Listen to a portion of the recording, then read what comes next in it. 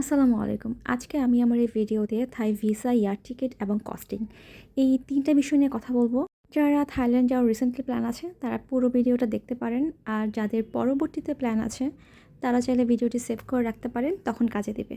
প্রথমত আমি ভিসা নিয়ে কথা বলছি। যারা থাইল্যান্ড যাবেন প্ল্যান করছেন তাদেরকে একটা ব্যাংক স্টেটমেন্ট শো করতে হয়। পার পারসন 70 থেকে 80,000 টাকা দেখাতে হয়, কিন্তু আপনি যদি সেফ জোনে থাকতে চান তাহলে 1 লাখ টাকা শো করবেন। আর যদি ফ্যামিলি সহ ঘুরতে যান লাইক কাপল অথবা কিডস সহ, তাহলে পার কিডসের জন্য 50 থেকে 60,000 টাকা দেখালে এনাফ। লাইক আপনারা ফ্যামিলি মেম্বার 4 জন যাচ্ছেন, সেই ক্ষেত্রে 4 লাখ অথবা 3.5 লাখ দেখালেই হয়ে যাবে। 6 মান্থের ব্যাংক স্টেটমেন্ট শো করতে হয়, তাই ব্যাংক অ্যাকাউন্টটা অবশ্যই সচল রাখুক এবং লেনদেন রাখুন। আর অবশ্যই কোনো এজেন্সির কথা ধরে ফেক স্টেটমেন্ট শো করবেন না। ফেক কোনো ডকুমেন্ট প্রোভাইড করবেন না। যদি আপনার ডকুমেন্টস 100% জেনুইন হয় তাহলে অবশ্যই আপনি ভিসা পাবেন। যদিও থাই ভিসা নিয়ে এখন খুব প্রবলেম চলছে, কিন্তু আপনার ডকুমেন্ট অরিজিনাল শো করলে আপনি ভিসা পেয়ে যাবেন। ইভেন ফ্রেশ পাসপোর্টেও এখন ভিসা দিচ্ছে। এখন আসি এয়ার টিকেটের ব্যাপারটা। ভিসা কনফার্ম হওয়ার পরই আপনি এয়ার টিকেট কাটবেন, যেন কোনো জরিমানা দিতে না হয়। ধরুন আপনার ভিসা হলো না, তখন আপনার মোটামুটি একটা অ্যামাউন্ট লস হয়ে যাচ্ছে। টিকিট কাটার ক্ষেত্রে অবশ্যই 1 থেকে 1.5 মাস আগে কাটুন। আর যাদের ব্যাংকক বা পাতায়া বাদেও ফুকেট বা চিয়াংমাই অথবা ক্রাবি যাওয়ার প্ল্যান আছে তারা অবশ্যই বাই এয়ারে যান। সাথে বাচ্চা থাকলে তো অবশ্যই এয়ারটা সিলেক্ট করে নিন। অনেকে বলবে প্লেনে করে গেলে তো অনেক বেশি খরচ বেড়ে যাবে, কিন্তু আপনি যদি একটু বুদ্ধি খাটিয়ে প্লেনের টিকিটটা কাটেন তাহলে ডোমেস্টিকের ফ্লাইট প্রাইস কিন্তু অনেক কম পড়বে। আপনি সাথে এক্সট্রা কোনো ব্যাগেজ নেবেন না। অনলি 7 to 8 কেজি যে হ্যান্ড ক্যারি থাকবে ওটাই ক্যারি করুন। কোনো বড় লাগেজ দেবেন না। বড় লাগেজ থাকলে সেটা যে হোটেলে আছেন সেই হোটেলে আপনারা রেখে যেতে পারেন। আই থিঙ্ক যারা ব্যাংকক থেকে ফুকেট বা ক্রাবি যায় তারা মোটামুটি 4-5 দিনের প্ল্যান করে যায় এবং অনেক জায়গায় ঘোরাফেরা করতে হয়। তো সাথে করে বড় একটা লাগেজ থাকলে কিন্তু খুব সমস্যা হয়ে যায়। তো বড় বড় দুটো ব্যাকপ্যাক নিন এবং 15 কেজি থেকে 16 কেজি দুজন মিলে ক্যারি করে ফেলুন। দেখবেন প্লেন ফেয়ারটা অনেক কম পড়ে গেছে।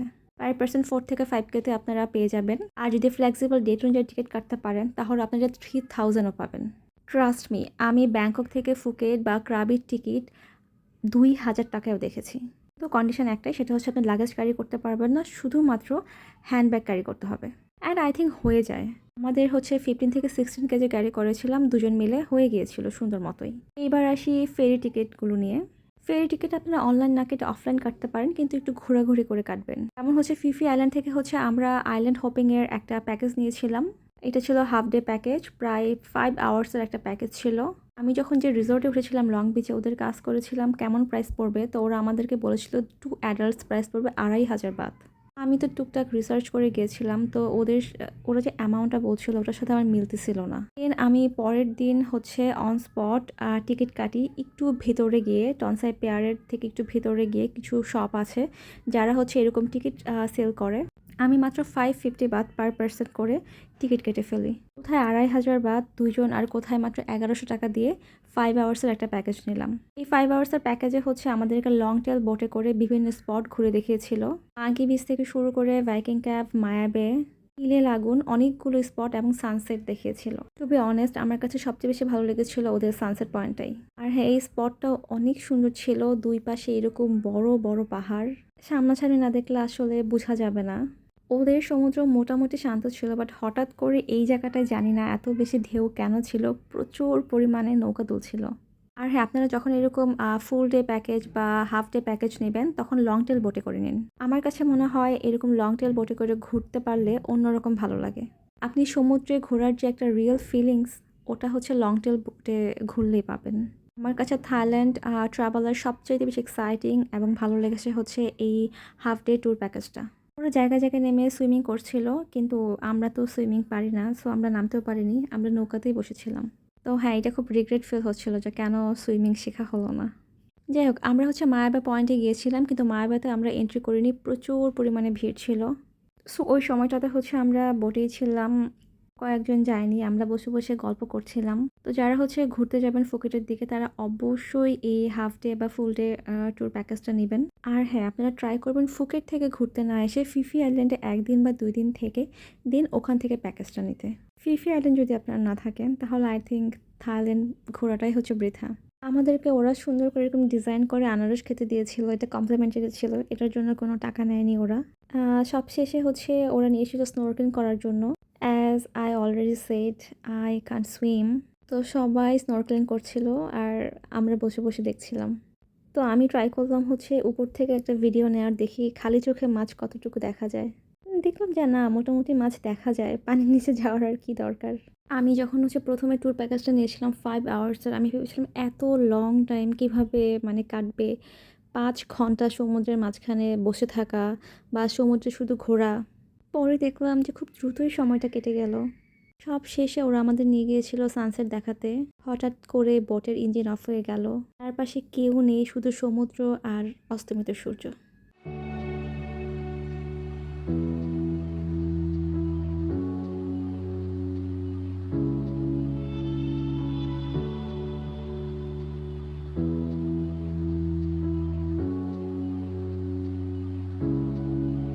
Trust me, it was the best part. জানি না আজকে কী হয়েছে, আজকে টোটালি টায়ার্ড ফিল হচ্ছে না। আমরা আবার হোটেলে ব্যাক করি প্রায় সন্ধ্যা ৭টার দিকে। তারপর ড্রেস চেঞ্জ করে গোসল-টোসল করে ৮টার দিকে আমরা বের হয়ে পড়ি। তো আজকে প্ল্যান ছিল হচ্ছে আমরা বড় কোনো ফিশ-টিশ নিয়ে খাবো। আর ফিফি আইল্যান্ডের যে টনসাই পিয়ার, ওদের যে মেইন যে দ্বীপটা, এটা এত লাইভলি। যাই হোক, ওটা আমি পরে দেখাচ্ছি। আমরা অর্ডার করেছিলাম হচ্ছে ফ্রাইড কালামারি। কেন জানি থাইল্যান্ড আসার পর কালামারি খাওয়া হচ্ছিল না, অথচ এটা প্রত্যেকটা রেস্টুরেন্টে অ্যাভেলেবল ছিল। কালামারিটা আমার কাছে সবসময় ভালো লাগে, যে কোনো জায়গার, সেটা বাংলাদেশের হোক বা থাইল্যান্ডের হোক। তারপর নিয়েছিলাম হচ্ছে একটা fried rice, chicken fried rice ছিল ওটা। ফিশের নামটা ঠিক জানি না, বাট ফিশটা বারবিকিউ করতে বলেছিলাম। প্রায় অনেকক্ষণ ওয়েট করার পর হচ্ছে ফিশটা আসে। ফিশ হচ্ছে পার গ্রাম 70 বাদ করেছিল। ফিশটা ছিল হচ্ছে 800 গ্রামের মতো। আমি জানি না, থাইল্যান্ডের সব খাবারই হচ্ছে মজা। আই থিঙ্ক থাইল্যান্ডে একমাত্র কান্ট্রি যেটার খাবার টেস্টির সাথে সাথে অনেক বেশি হেলদি। খাওয়া দাওয়া শেষ করে হচ্ছে আমরা ওয়াকে বের হয়ে যাই। আমরা ভাবলাম যে পুরো দ্বীপটা আমরা ঘুরে দেখব, যদিও এটা পসিবল না, কিন্তু আবার সম্ভবও, যেহেতু দ্বীপটা অনেক ছোট। তো আমরা হাঁটা শুরু করলাম। ফিফি আইল্যান্ডের যে মেন আইল্যান্ড, এটা হচ্ছে সারা রাতই জমজমাট থাকে। এটাতে সারা রাত পার্টি হয়। তারা হচ্ছে অনেক বেশি ঘোরাঘুরি, পার্টিস এগুলো পছন্দ করে। তাদের জন্য আই থিঙ্ক এটা একটা বেস্ট জায়গা। প্রায় হাফ অ্যান আওয়ার ঘোরাঘুরি করার পর আমরা আবার সুন্দর মতো হোটেলে ফেরত আসি। এদেরকে ঘুমিয়ে যেতে হবে, অ্যাজ আমাদের সকাল 9:30টার দিকে শিপ আছে ক্রাবির জন্য। আসার পথে এটা খেয়াল করলাম যে এই জিনিসটা হচ্ছে পুরো প্লাস্টিকের বোতল দিয়ে করা। Very creative. আমার কাছে ফিফি আইল্যান্ড সবচেয়ে বেশি ভালো লেগেছে থেকে। এখানে আমি 2 ডেজ ছিলাম। আই উইশ আমি আরও একদিন থাকতে পারতাম। Bye bye Phi Phi island.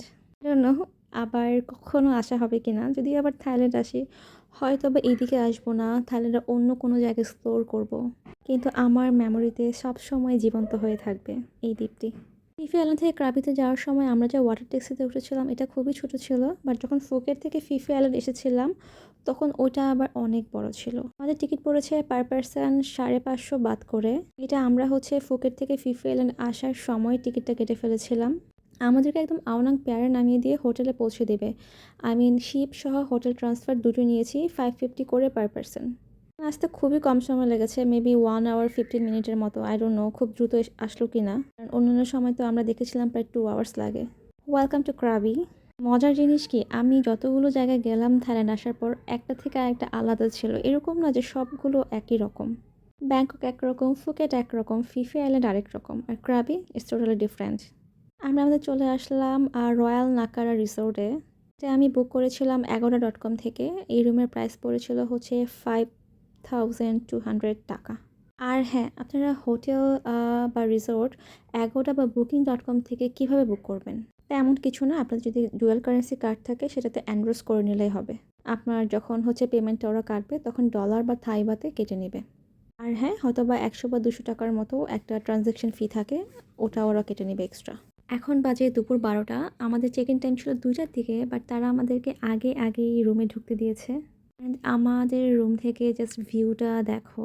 রুমের সাথে বিশাল বড় একটা বারান্দা ছিল, প্রায় ওপেন একটা বেলকনি। এখান থেকে বড় বড় পাহাড় আর ওই আওনাং বিচের যে বিচটা, সমুদ্র, ওটা দেখা যাচ্ছিল। তো হ্যাঁ, আমরা সমুদ্রের সাউন্ড শুনতে পাচ্ছিলাম না। তো পিক সিজনে 5200 টাকা দিয়ে এরকম একটা রুম, আসলে এটা আনবিলিভেবল। আপনারাই বলেন, বাংলাদেশে হলে এই রুমটার প্রাইস কেমন হতো। যাই হোক, কিছুক্ষণ বসে থেকে আমাদের অনেক ক্ষুধা লেগেছে। তো আমরা ভাবলাম, এই যে আমাদের হোটেলের পাশে এরকম লেখা ছিল বাংলাদেশি খাবার, ভাবলাম যাক, বাংলাদেশি খাবার পাওয়া গেছে। কিন্তু অ্যাকচুয়ালি খাবারটা একটু ইন্ডিয়ান ভাবে ছিল। লেখা ছিল বাংলাদেশি খাবার, কিন্তু আমার কাছে মনে হয়নি বাংলাদেশি। আমরা নিয়েছিলাম হচ্ছে মাটন অ্যান্ড চিকেন কারি, আর সাথে নিয়েছিলাম অনেকগুলো ভাত। খাওয়া দাওয়া শেষে আবারও হোটেলে ফেরত আসি। কিছুক্ষণ পর দেখি একটু বৃষ্টি নামলো। হ্যাঁ, থাইল্যান্ড আসার পর আমরা বৃষ্টি দেখিনি। এইবার প্রথমবার বৃষ্টি দেখছি। মনে হলো যে না, আসলে ট্রিপটা স্বয়ংসম্পূর্ণ হয়ে গেল বৃষ্টিটা দেখে। এত সুন্দর লাগছিল বারান্দা থেকে বৃষ্টি দেখতে। তো ভাবলাম যে ১ কাপ কফি বানিয়ে খাই। হোটেলে কফি রাখা ছিল কমপ্লিমেন্টারি, ওটা বানিয়ে খেলাম, বাট মজা পেলাম না। আই মিন একটু পানচে। কফি খাওয়ার পর মনে হলো যেন একটু রেস্ট নেই, একটু ঘুমাই, বাট আই ডোন্ট নো, টায়ার্ডই ফিল হচ্ছিল না, ঘুমই আসছিল না। আমরা কি? ৩টার দিকেই বের হয়ে যাই। ভাবলাম আশেপাশটা একটু এক্সপ্লোর করি। এখানে আবার অনেক বড় বড় পাহাড় ছিল এবং আমাদের Okay, রিসর্ট I'm যেটা doing. ওটাও পাহাড়ের উপরেই ছিল। আমরা রাস্তা ধরে হাঁটতে থাকি, হাঁটতে কিছু স্ট্রিট ফুডের স্টল দেখতে পাই। এখান থেকে আমি শ্রিম টেম্পোরা নেই। আমি জানি না এটা আমি থাইল্যান্ড আসার পর কতবার খেয়েছি। আমি যেখানেই পাই সেখানেই খাই। কিছু দূর যাওয়ার পর জুসের স্টল দেখতে পেলাম। ম্যাঙ্গো জুসটা ট্রাই করলাম। ওদের সব জুস মজা। দেন আমরা চলে যাই আওনাং বিচে সানসেট উপভোগ করার জন্য। মনে হয় আমার লাইফে দেখা বেস্ট একটা সানসেট।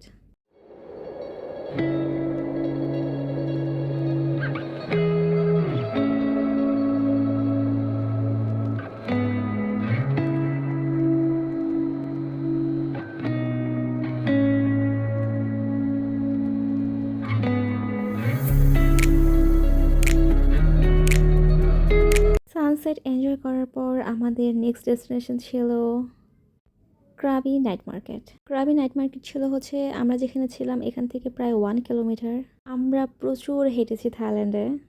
১, ২, ৩ কিলোমিটার, কোনো কিলোমিটারই মনে হয়নি। আর ওদের রাস্তাঘাট এত সুন্দর লাইটেনিং করা। আমি বললাম না, আমরা যে সিটিতে গিয়েছি একটা ফেস্টিভ ভাইব পেয়েছি। কিন্তু হ্যাঁ, আপনার ক্রাবি আওনাং সাইডটা একটু ঠান্ডা। যাদের একটু শোরগোল কম, মানুষজন কম, একটা রিল্যাক্স ভাইব চান, তারা ক্রাবিতে কিছুদিন স্টে করতে পারেন। আর একটা জিনিস, সেটা ক্রাবিতে সব কিছুর প্রাইস অনেক অনেক কম। আই মিন খাবারের দাম তো কি বলবো, এত কম যে ৪ ভাগের ১ ভাগ। এই জায়গাটা অনেক সুন্দর ছিল, এখানে আমি অনেকগুলো ছবি তুলেছি। আর হ্যাঁ, যারা খাওয়া-দাওয়া পছন্দ করেন তারা ক্রাবিতে একটু বেশি দিন স্টে করতে পারেন। কারণ খাবার-দাবারের প্রাইস এত কম আর এত মজা। হ্যাঁ, জুস আমার তো মনে হয়েছে যে আমি ৫ বেলা জুস খাই। জুসগুলো এত মজা, এত রিফ্রেশিং। মাত্র ৫০ বাত করেছিল একেকটা জুস। কথা বলতে আমরা চলে এসেছি ক্রাবি নাইট মার্কেটে। এখানে অনেক সুন্দর সুন্দর জিনিস পাওয়া যাচ্ছিল। কিন্তু আমরা তো বাই এয়ারে যাব। আমাদের 15 কেজির বেশি অ্যালাউ না। সো আমরা কোনো কিছু কিনিনি এখান থেকে। কারণ যদি ওভারওয়েট হয়ে যায় তাহলে আমাদেরকে এজন্য এক্সট্রা পে করতে হবে। এইজন্য যতটুকু পারেন সেটা কম কাপড়-চোপড় নিয়ে আসেন। আমার কাছে মনে হয় এখানে এত কাপড়-চোপড় রাখার কিছু নেই। একটা ড্রেস পরে একদিন কাটিয়ে দিন। It's better. প্রত্যেকটা জিনিস এত কিউট ছিল। তো ক্রাবিতে যারা আসবেন তারা কিছুটা শপিং এবং খাওয়া-দাওয়ার জন্য টাকা বাঁচিয়ে রাখবেন। তারপর এখান থেকে খেলাম কোরিয়ান চিকেন। পিস ২০ টাকা করেছিল। টাকা না বাদ। দেন আমি খেয়েছি মোস্ট অ্যাওয়ার্ডেড কোকোনাট আইসক্রিম। এইটার অনেক বেশি রেকমেন্ডেশন ছিল যে কোকোনাট আইসক্রিমটা যেন আমি ট্রাই করি। কিন্তু আমি ৬ দিন থাকলাম, একদিনও কোকোনাট আইসক্রিম খেলাম না। এই ক্রাবিতে এসে লাস্ট ডেতে আমি কোকোনাট আইসক্রিমটা ট্রাই করলাম। অ্যান্ড খাওয়ার পর লিটারেলি আমি ফ্যান হয়ে গেলাম। আমার কাছে মনে হলো যে আমি আগে কেন ট্রাই করিনি। তাহলে মনে হয় আমি ডেইলি একটা করে কোকোনাট আইসক্রিম খেতাম। কিন্তু হ্যাঁ, আমি যতদিন থাইল্যান্ড ছিলাম প্রতিদিন কোকোনাট খেয়েছি।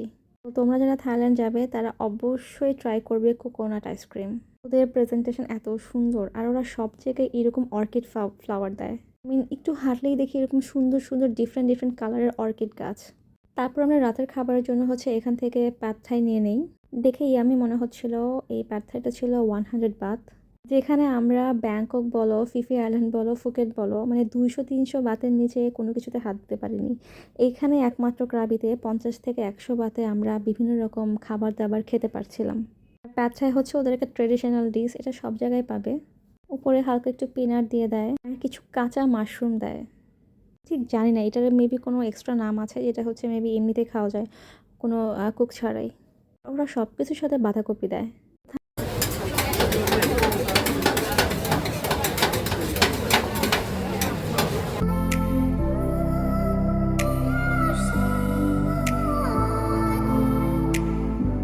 সে সময় হাঁটতে কিছু ফ্রুটের দোকান দেখলাম। তো এই ফ্রুটটা আমার কাছে খুব আনকমন মনে হলো। এটার নাম নাকি স্ন্যাক ফ্রুট।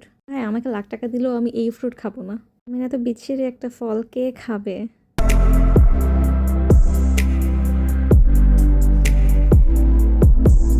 প্রায় 30 মিনিটস হাঁটার পর আমরা চলে আসলাম আমাদের হোটেলে। নিয়ে এসেছিলাম প্যাড থাই। আর হ্যাঁ, 7-Eleven থেকে একটা শ্রিম্প ফ্রাইড রাইস কিনে এনেছি। আর কিনে এনেছি একটা চিকেন কারি। এত এত মজা ছিল শ্রিম্প চিকেন ফ্রাইটা। খাওয়া দাওয়া শেষ করে আমরা ঘুমিয়ে পড়ি। সকাল 11টার দিকে আমরা চেক আউট করে ফেলি। আমাদের ফ্লাইট টাইম হচ্ছে 4:30টার দিকে। আমরা যে শেয়ার্ড ভ্যান নিয়েছিলাম যেটা পার পার্সন 150 বাদ করেছিল, যেটা আমাদেরকে আমাদের হোটেল থেকে একদম ক্রাবি এয়ারপোর্ট পর্যন্ত নামিয়ে দিবে, ওটা আমাদের পিক করতে আসবে 12:45-এ। আমাদের হাতে আছে 1 ঘন্টা 45 মিনিট। তো আমরা অলরেডি চেক আউট করে ফেলেছি। আমরা আমাদের লাগেজ আমাদের হাতের দিয়ে করার ওটা থেকে সুন্দর ভিডিও আনো নাই কেন দেখি রাস্তায় কি পাওয়া যায় ওটাই খেয়ে রাস্তায় যাওয়ার সময় আবারও সেই জুসের স্টলটা পেলাম। এবার নিলাম হচ্ছে কোকোনাট স্মুদি। ভাই জুসের মধ্যে কোকোনাট স্মুদিটা টেস্ট। আমাদের ফ্লাইট হচ্ছে 4:30টায়। তো আমরা 11টার দিকে চেক আউট করে ফেলছি হোটেল থেকে। এখন হচ্ছে আমরা এই যে বিচের এখানে বসে বসে খাচ্ছি। 7-Eleven থেকে খাবার কিনে নিয়েছি। একটা কোকোনাট মিল্কশেক নিয়েছিলাম, যেটা অলরেডি খাওয়া শেষ। এখন বিচের পাশে বসে বসে খাবো। আমাদের গাড়ি পিক করতে আসবে 12:30টার দিকে। আমরা এখানে 12:30 পর্যন্ত থাকবো।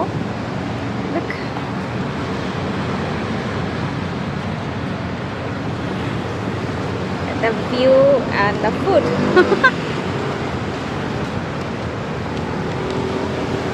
7-Eleven আমি যতগুলো রাইস বল এরকম খেয়েছি, এইটা সবচেয়ে মজা ছিল। এটা একটু ইন্ডিয়ান টাইপ ছিল। দেন আমি একটুখানি সমুদ্রে নামি শেষবারের মতো। তো ব্যাক করতে করতে দেখে আমাদের শেয়ার ভ্যান চলে আসছে। আমরা যদি 5 মিনিট লেট করতাম আমাদেরকে রেখেই চলে যেত।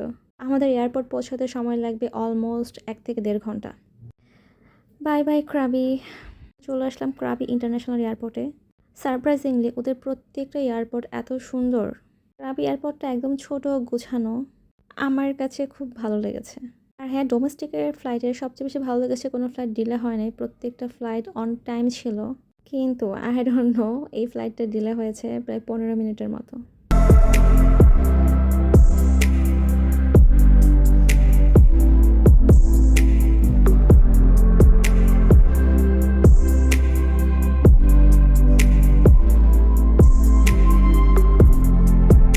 Bye bye Krabi, welcome to Bangkok. প্রায় 1 ঘন্টা 15 মিনিট ফ্লাই করার পর আমরা ল্যান্ডিং করলাম ব্যাংককে। তখন বাজে অলমোস্ট সন্ধ্যা 7টা। সকাল সকাল উঠে গেলাম। আমাদের ফ্লাইট ছিল দুপুর 1:45-এ। 11টার দিকে হোটেল থেকে চেক আউট করে গ্র্যাব ডেকে নেই। আমি গ্র্যাবের জন্য ওয়েট করছিলাম।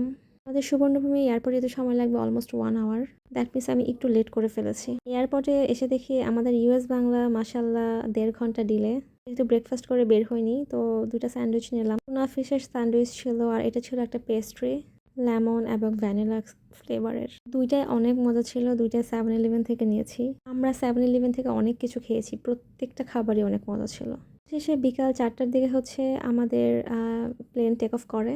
দ্যাট মিনস 1 ঘন্টা বা 1.5 ঘন্টা না, অলমোস্ট 2 ঘন্টা 15 মিনিট আমাদের ফ্লাইট ডিলে হলো। যাই হোক, এর মধ্যে ভালো একটা জিনিস হলো, সেটা হলো আমাদের ইকোনমি থেকে প্রিমিয়াম ইকোনমিতে আপগ্রেড করে দেওয়া হয়েছিল। Bye bye Thailand, welcome to Dhaka. Luxurious জিনিসে টাকা পয়সা স্পেন্ড না করে ট্রাভেলিংয়ে টাকা স্পেন্ড করুন। ট্রাস্ট মি, আপনি এত পরিমাণে মেন্টাল পিচ পাবেন, আর আপনি ফিরে আসবেন অনেক অনেক সুন্দর সুন্দর মেমোরি নিয়ে। এই জিনিসগুলো একটা বয়স পর আপনার স্মৃতিগুলোকে অনেক বেশি এনরিচ করবে।